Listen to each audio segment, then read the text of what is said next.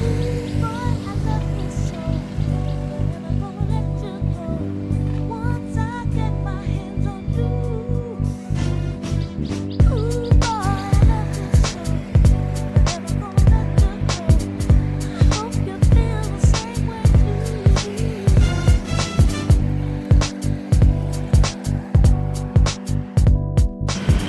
y'all, Chuck here with No Time to Be Sad. Hey, today I'm sitting on the side of the road here in the Phnom. I just went on a 55-kilometer bike ride here and I've got to get back. But I want to talk to you guys about relationships with Thai women and family and why it seems that most of them fail and most everybody feels like they've been taken advantage of and pushed aside. Kicked to the curb, I should say. But I just want to talk to you about some of my own experiences and some of my own knowledge. So most of you guys know me by now. I've lived in Thailand a few years now. I've been married to a Thai woman for 10 years now. We met 12 years ago in Houston, Texas. My wife lived in America most of her life. She moved there when she was about 15 years old. Her and her younger brother moved there. But we've been married for 10 years. We live here in Isan with her family, and we live a very happy life here in Thailand. But being a YouTuber, I get to meet lots of wonderful people, and I get to hear their experiences. A lot of people share their stories and their thoughts and concerns with me pretty much on a daily basis. So I want to talk to you about a few things about getting married to Thai women and some of the things that you'll find very difficult with a foreign culture, I should say. Somebody who doesn't think or act or have the same wants or needs that you and I do, you know. So it's difficult sometimes to manage that relationship happily. You gotta understand Thai culture first off. The biggest problem with Thai relationships with foreigners is a miscommunication. They don't understand us, not just words, but the way we act, the way we think, and we don't understand them. So a lot of times, us Westerners, when we don't understand something, we get frustrated with that. And when something goes wrong or something goes bad, we want to blame an entire country or a culture because we really don't know what happened and we can't blame ourselves, right? You got to understand this about Thai family.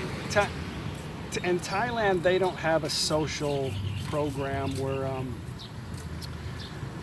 they have a retirement age and they collect a check when they hit that age, or they have a disability, but it's very, very small. And they do have get beaten up by ant. They have a small little. It's like between 400 and 900 baht, some crazy number once a month that they give to the elderly. And I don't know what the disability is, but it's something small like that too. So it's not anything to live on. So it has to. They have a functional family. And what I mean by that is, here's a typical scenario. A woman will have 2 kids because the government pays almost 100% for 2 children. After that, they have to pay for more kids. So typically, they only have 2. And what happens is the mother and the father go off and go to work to make money to support the family while the kids stay with grandma.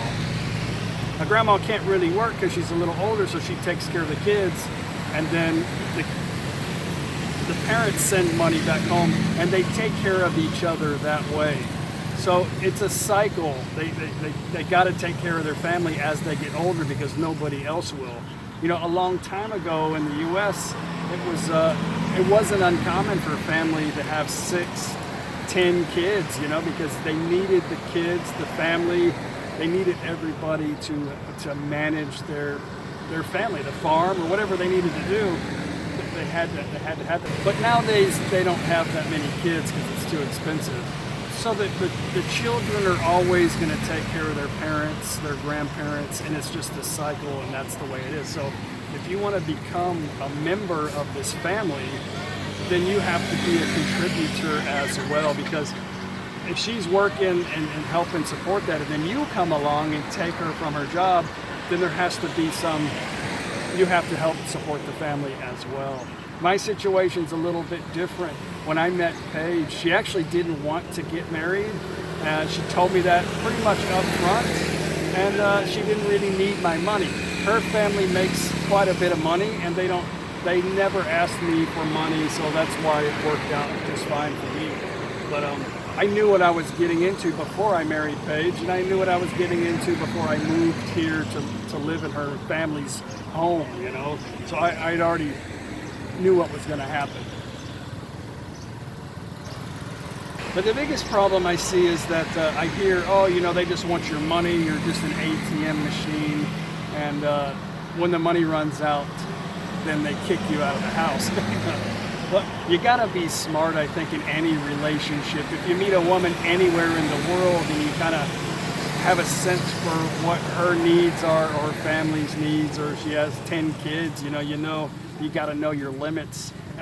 And you know it might not work out. So it's the same in Thailand. If you meet a woman and you fall madly in love with her and you insist that you have to marry her, then you need to discuss how it's going to work out before you actually fall in love and get married.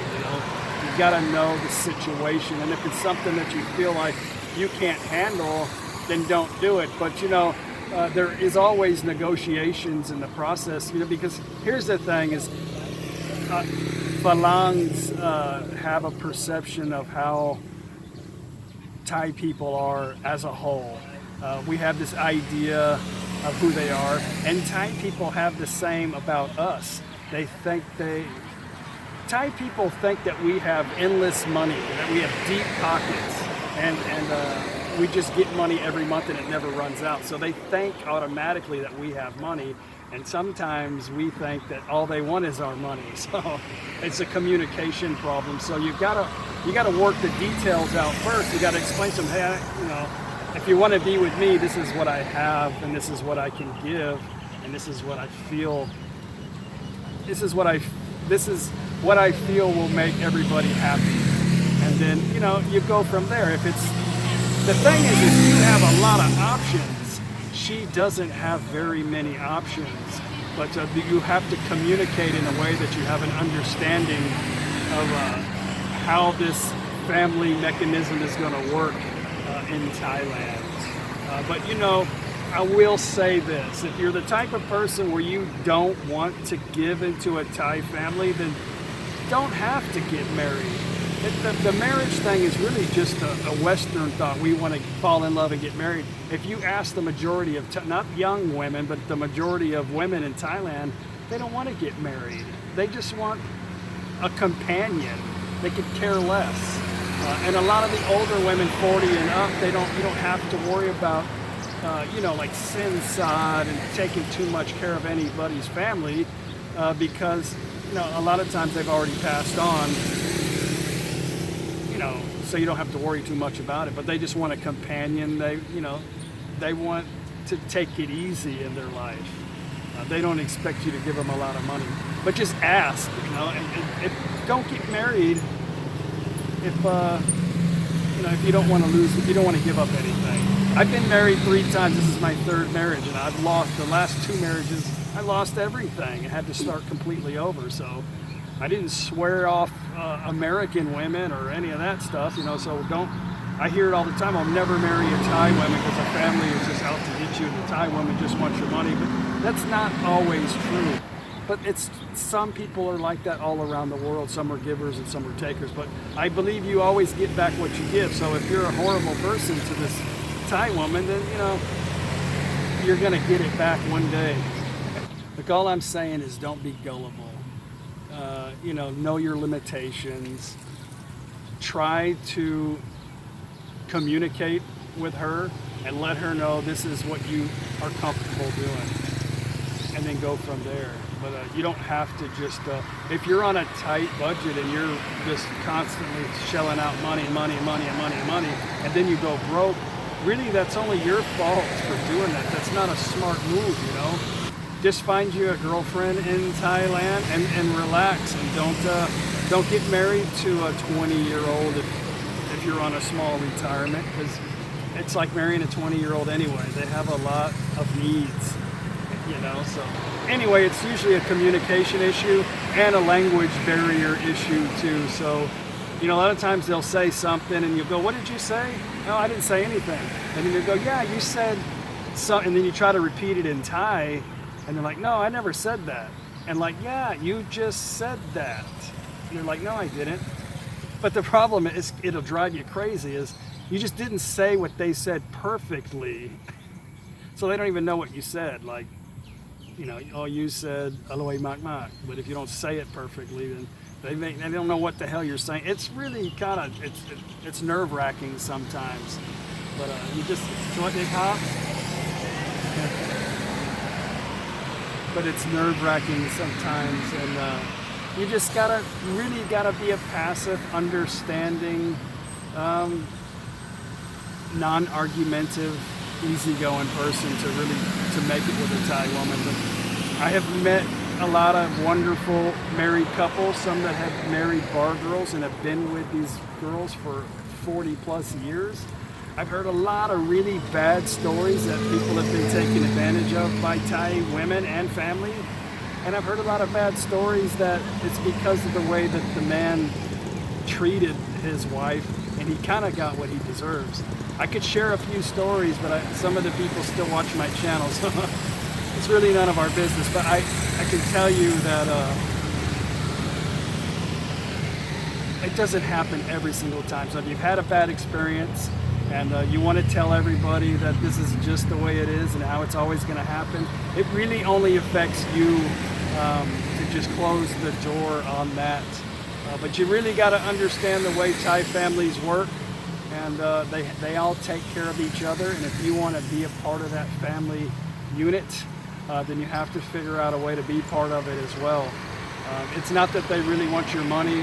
It's not like the girl's going to suck your money dry and then go find another falang. It's not as easy as that sounds. When they find a falang, it is in their mind, their family, it's like we won the lottery, because they think that you have endless pockets and that you're going to take care of the daughter, and in turn, they're going to get taken care of as well. They do think like that. But you have to up front say, "No, this is how it is, you know.